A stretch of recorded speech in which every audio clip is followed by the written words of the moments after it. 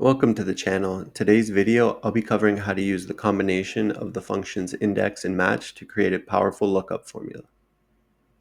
So first, I'll break down what's happening in this formula, as we can break down the index function and then the two match functions. And this formula will be similar to a VLOOKUP, but has a few other use cases that can make it an important thing to know. So for an example of the syntax of this index match, we'll start with equals index. And then this array will be taking this full data set. We can press F4 to make this a fixed range, put a comma, then the row number will be a match function, which we can take the lookup value of this ID right here, we can add a comma, the lookup array will be the ID column, since we are taking stocks from the New York Stock Exchange and NASDAQ, and then we'll be looking them up by a unique ID. We can add another comma, and then we'll look for an exact match. We can close the parenthesis, add another comma, then we'll be adding another match. So for this match, we'd be looking up the value of sector, since we'll want this to be the column number in the index. So for this, we are looking up this value right here, press F4. We can add a comma, and the lookup array will be this top header for this data set. We can also make that fixed by pressing F4, add a comma, and also an exact match, close the parenthesis, and as you can see in this index function, this will be the column number that we're looking up. So we can add one last parenthesis and hit enter, and so this will return the sector. So if we go to the ID of 13, we can see that for AbbVie, it is the healthcare sector. We could copy this down, and this ID must not have a sector and comes back with 0. But let's break down this formula even further to make it simpler to understand. So we'll start with index. Then we'll go over and have two matches. So this will be the first match, and then this will be the other match. So we know this index will just be the same index formula. That will be taking a row number, so this will be row, and this will be column. So for this row, if we take the same exact ID for this case, we'll just do a match. So the lookup value will be ID 13.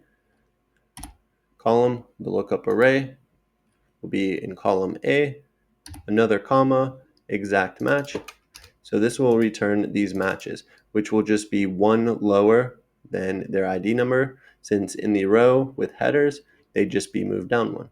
And so for the match of the column, we'll see that using this prior example of the sector, having that as the lookup value, and then having this header as the lookup array, and also an exact match, will return the same 6 for all of them.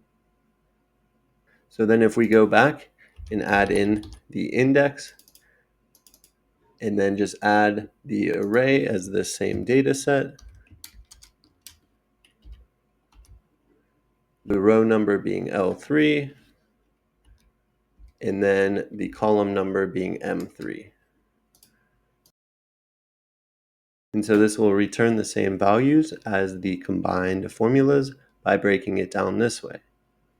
But so now one use of the index match that makes it better for certain circumstances will be how it looks up the header. So it makes it very simple to change between headers based on the name. So it makes it very simple and intuitive for someone to look at and know what they're searching for within this data set. So if we get rid of sector here, it will make all of these as unable to find any values. But if we go into data and then add data validation, we can add a list. So it'll be in just this one cell. We will want a list. The source of this list will be this header right here. And if we hit OK, so now we can go down and use this list to click between different names of the columns to return the data. So for the country, the IPO year, it will still be looking up these ID values and going across the row and column to pinpoint that. But it can be done with the name of the header, which makes it super simple.